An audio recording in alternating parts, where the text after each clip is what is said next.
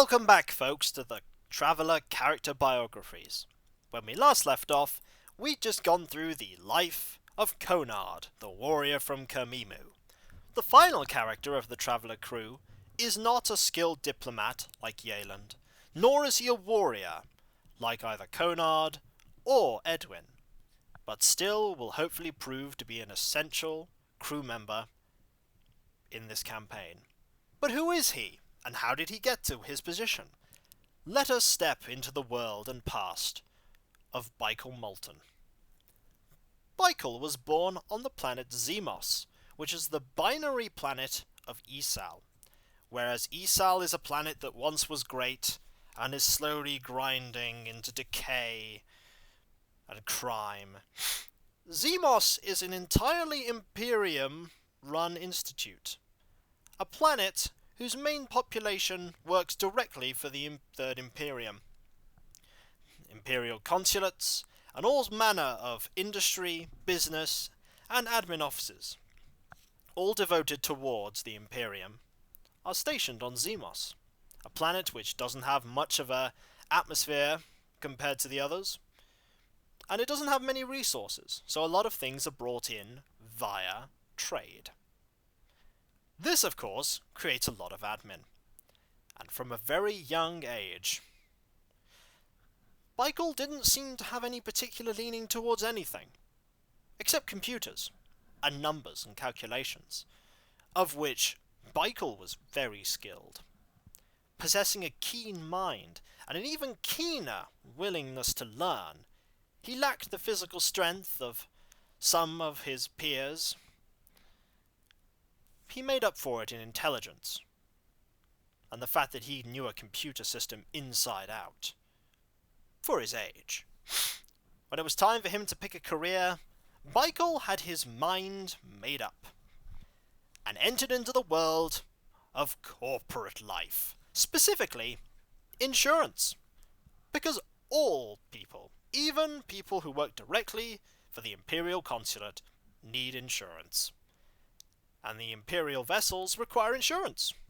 And there is insurance for their activities, insurance for damage sustained when they are engaging in combat. If you can think of something, there's insurance for it. And Bicheal was going to be the one to sell it to you. Bicheal took to the corporate lifestyle like a fish took to water. He was an ace at it. He knew very quickly how all the forms worked, how the systems of corporate life ran, who had what access to which server, how to get access to this piece of paperwork, what form B8721C was. That was the one for the requisition of pencils, was a very important form. And so, when it came to succeeding, he succeeded exceptionally. He wasn't, however, one for the social side of corporate life, preferring to focus on his work, sitting behind his desk, focusing on his numbers, and just getting on with things. The first 4 years of his business life, after learning the basic skills in training, he easily survived and thrived.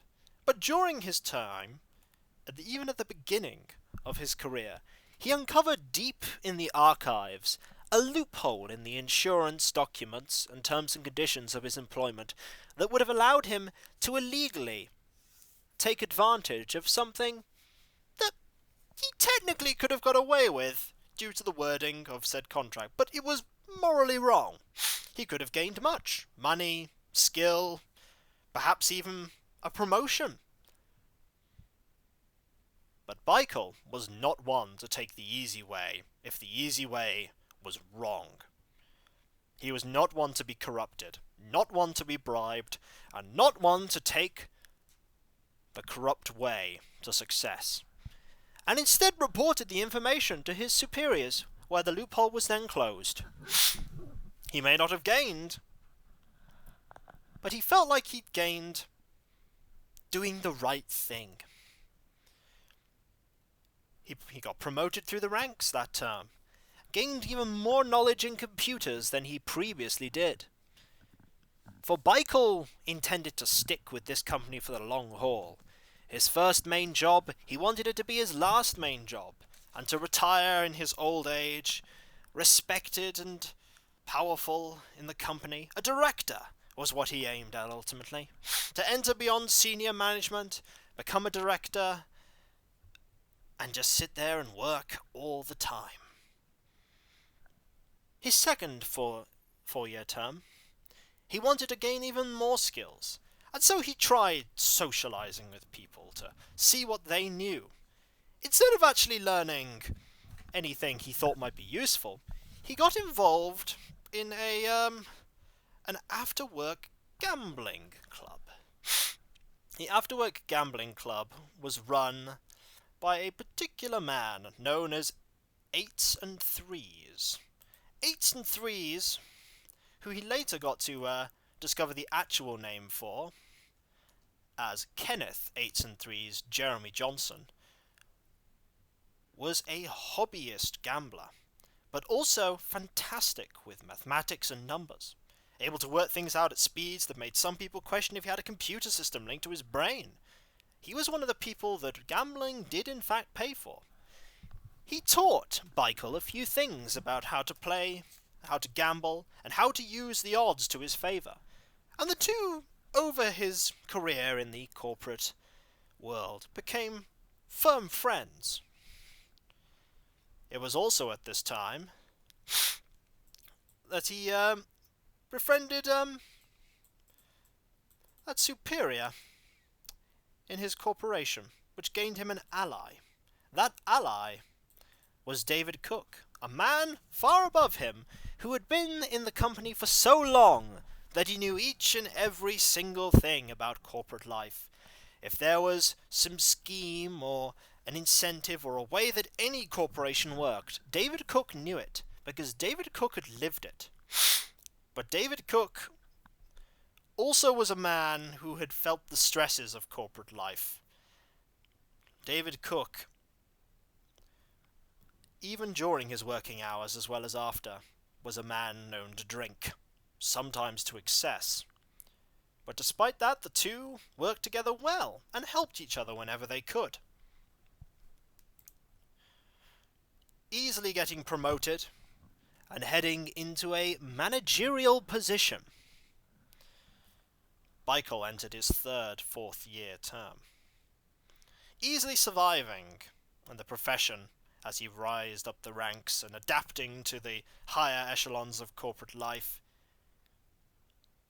something went terribly awry. His supervisor, his higher manager's wife, was murdered one night, and the evidence initially pointed to Bicheal. He wasn't quite sure why. He was arrested and questioned for an extended period of time, and even though Bicheal was cleared, there was no evidence against him, and released, the stain of being accused of murder remained forever on his resume, and some people gave him distance. But that wasn't a problem for Bicheal. Bicheal just used that time to focus even more on his work. He was starting to take it home with him. After work, he would take his computer with him, and at his increasingly more lavish desk, he was spending even more money on that thing at his office. And he would go home to another desk, where he would do more work, and study, and learn, so that tomorrow he would be better able to sell insurance, better able to manage the people beneath him, better able to make the corporation better. It was at this point that he learned the Varadi language. So curious he was to see if there was opportunity to sell them insurance, that he learned a whole language just to see if he could. The fact that he couldn't was regrettable, but the skill he thought would be proving useful. His fourth term of 4 years in the company now saw him firmly in managerial positions, and it was at this point that he gained his own secretary, Jenny. Jenny worked just like anyone else, but Bicheal came to rely on Jenny. Jenny was one of the few people that he actually talked to in any significant amount of time during the day, and he ended up developing quite a friendship with her. Or so he thought. In truth, it was a very one-way friendship. Bicheal would talk to Jenny, Jenny would respond politely, but he didn't know that, really, she was just there to do a job. Bicheal, of course, ignored this. The conversation was a part of his daily routine, for Bicheal was becoming increasingly more consumed by his job. He gained advanced training through a program which allowed him to learn both emergency first aid as part of work regulations, but also the ability to investigate things. Bicheal had the slight suspicion that someone had it in for him. The accusation of murder might not have been an accident, and he was starting to get a little paranoid in his isolation. He got promoted to senior management in that 4-year term, going further up into the echelons and taking his secretary with him, which is a little unusual, but she didn't mind. It was an increase in the pay bracket. He learned even better how to use computer systems, covertly digging around just in case someone had something against him. But he couldn't find anything. Perhaps it was just his paranoia. No matter. He had to sell more insurance. He had to keep going. He had to make more money for the corporation. His 5th and final term at first seemed uneventful. Senior management welcomed him with open arms, and he was all set to go further up to the directors' chairs themselves. They were within visible distance. He was on the same corridor. He knew that those chairs would be his. He knew that someday he would be calling the shots. He knew everything about it, after all. He knew computer systems inside out. He knew the systems of the corporation inside out. He had his secretary, always looking out for him. What could possibly go wrong? A position for assistant director opened up, and there were only 2 candidates, him and another senior manager called Matthew Faldron, a man in his late 40s who'd struggled hard to get to the position that he was at, and he saw Bicheal as a threat. The two got along amicably well enough during actual working hours, but Bicheal didn't know what was going to happen next. Before Bicheal knew it, he was being summoned into the director's office, not, as he originally thought, for a promotion, but to answer on charges of money laundering. He'd never laundered money in his life. He only did what was good for the company. He tried to show that he'd done no such thing, that he wasn't there, that he hadn't edited those documents, but the evidence seemed incriminating. It was right there in front of him. He tried to explain it away, but the very fact that he was so skilled with computers was being used against him. But you are so good with them. Of course you'd be able to change it, wouldn't you? Just so it looked like that you didn't do it. That I trusted you, Bicheal. I trusted you. It wasn't long. Whatever had happened, it had worked. Bicheal was told to take his things and leave. He'd been laid off, fired, accused of money laundering, gross misconduct, immediate dismissal, revoked of his pension benefits. He wasn't even allowed to keep his pencils. He lost his secretary, his career, and his entire life at that point. Matthew Faldron got the position. Bicheal was sure someone had framed him. And since then, every day, he got up and continued working just as normal. All the time working, constantly, and the sudden shock of him being fired has changed him slightly, and he still didn't quite believe that he wasn't working. And so he kept working, at his desk now antique and ornate that he had spent large quantities of money purchasing, filing reports, with form templates that were now out of date, trying to send them off without getting a response, wondering where his secretary was, and why she wasn't answering any of his pages. Bicheal hadn't stopped working, even though He really should have.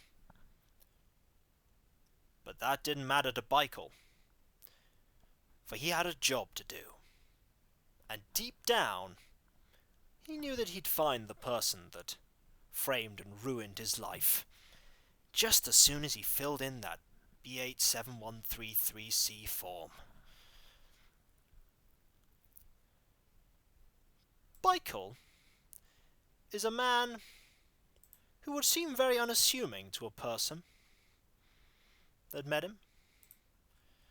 Bicheal is 38 years old and has sort of longish hair, goes down to the back of his neck. He wears glasses and generally looks very unassuming, but you know from looking at him that he is a man of computers and a man of deep thoughts. The only time you'll usually ever see him is hunched over by his desk, working away at his computer. He wears a shirt, white with blue stripes, and a tie that he always keeps pristinely neat. He has a tie for every different day. He wears black work trousers, always ironed to a pristine perfection. Every day it seems like he's dressed for work. He's not physically strong, and in fact looks a little scrawny. But apart from that, he just looks like any old average corporate drone.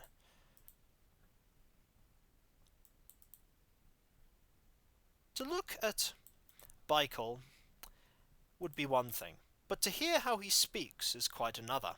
Bicheal is always talking. Always talking. If he has a thought in his head, he'll be talking about it. And whenever he has an opportunity, he engages in a sales pitch. Some people think he sounds crazy, but behind the babble is a sharp intellect, a rapier wit, and a person who can think on a dime and change gears. As long as he's going for a sale or an objective, he is focused like an eagle. It's how he survived corporate life all that time. Always talking, always thinking, always acting, always working. And it's something that's rubbed off on him in his non-corporate life.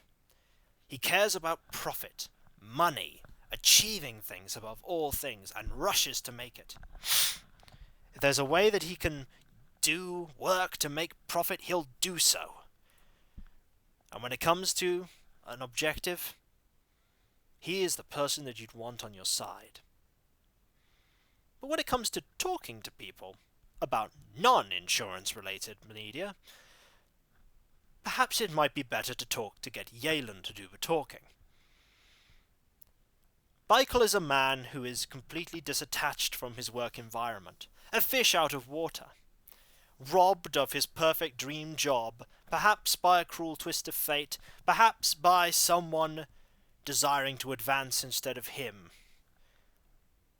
Bicheal both wants to find a way to find out and clear his name, and of course a way to sell insurance to people and make money. Will he be presented with this opportunity? Who can say? We shall see. When we come back, folks, we'll have the next session of Traveller. You now know the crew, and you've seen the ship. The only question is, will they succeed? I'll catch you later. See you then. Later.